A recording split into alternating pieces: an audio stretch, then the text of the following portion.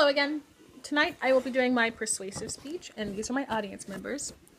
Kristen, Brittany, dear old mom.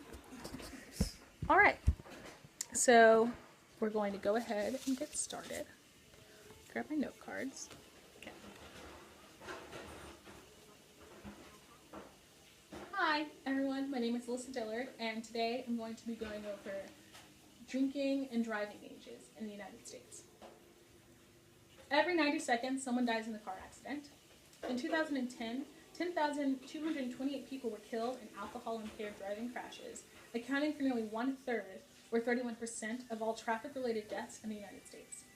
Alcohol-impaired driving fatalities accounted for 31% of total vehicle traffic fatalities in 2011, and among persons under 21, the number killed in drunk driving crashes decreased the record high of 5,215 in 1982 to 1,249 in 2011. These fatalities account for 13% of fatalities in the United States. So today we're going to talk about a problem. And the problem is driving and drinking, particularly with underage youth in the United States. Even though as of the past few years, the number of deaths that have occurred due to drinking and driving has severely decreased, it's still a problem. The fact that there are any deaths due to drinking and driving is an issue. And we need to look at that, and we need to evaluate exactly why it's happening and what we can do to fix it.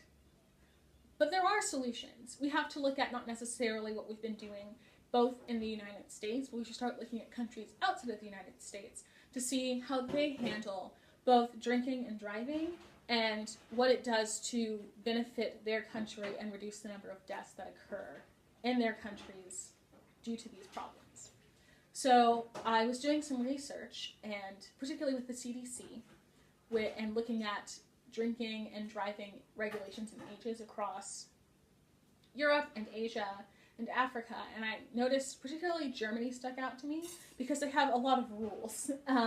Germany has specific ages for a lot of things. You start drinking at 16, you can only drink beer and wine. And then you can drive and drink spirits at 18, and you can also vote at 18. And I actually have a friend who's from Germany, and I contacted him and was asking him about it and what he thought about it. And he thought it was a very good idea, because one of the other things about it is that I don't know if it's the same now, but he said when he was growing up, people under the age of 18 could not purchase spirits, and they could only purchase, and they couldn't purchase beer in a number of areas, particularly in the public sector. They could only get things privately at home, or people would have to bring them beer, and they have to drink it at their house. They couldn't go outside and do it. And he thought that being able to have mainly adolescents be able to drink in the privacy of their own homes in the presence of adults who could show them how to drink responsibly and be able to slowly learn what their tolerance is, how to handle themselves, and kind of grow up and maturing, understanding what responsible drinking is, really helped him. And he noticed a lot of his friends who are American now don't understand what drinking responsibly is, and they don't necessarily know how to control themselves when they are drinking, because they spend so much of their time waiting until they're 21, and then when they turn 21 they kind of go crazy. And he also thought that waiting until you're 18 to drive was more responsible. And his thought process was, why would you give a 16-year-old a car to drive? I would never trust myself with a car. If I was 16, I was so reckless. And I have to agree, when I was 16, I really enjoyed having a car and driving it, but I think that I necessarily wasn't the smartest. I don't think that giving 16-year-olds a car is necessarily the smartest thing to do, particularly when you're driven by hormones and extremely reckless. He said, I'd rather have a beer in my hand than a car in my hands at 16. And I think that's a potential solution, looking at when we allow teenagers to drive versus when we allow them to drink, and how we handle both of those issues. If we start changing the drinking and driving ages, I think that we could even start decreasing these fatalities even more, possibly putting the driving age up to 17 or 18. I know it's embedded in the American culture that you get your car at 16 and you start driving at 16, but we need to look at the responsibilities of the students that are driving at 16 and how we want them to raise their children, how we want to improve the American lifestyle as we move on into the future. And I think that taking those risks in making this change might make a huge impact. Looking at a number of countries, a lot of them don't let people drive until they're 16. They decide if you can vote and you can drive at the same time, you should be able to have the same responsibilities because you're at that age where if you can make a decision to pick who you want to rule over you politically, you can make a decision to get in a car and not kill someone. And a lot of people don't even let adolescents ride bicycles in cities until they're 16, particularly the Czech Republic. And the Middle East and Asia, it can be a little more conservative based off of religious preferences, but that is a different cultural thing. The culture definitely backs off of it. So I think that if we start changing even more about the culture behind drinking as an adolescent and going into college and driving cars and drinking alcohol, we could severely decrease the deaths. But if we don't, we might become lax and we might let some things slip. And if we keep letting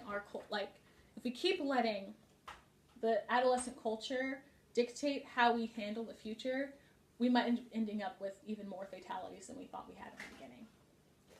But I think that one thing we can do is really look at how we as Americans today view this and how important we deem it.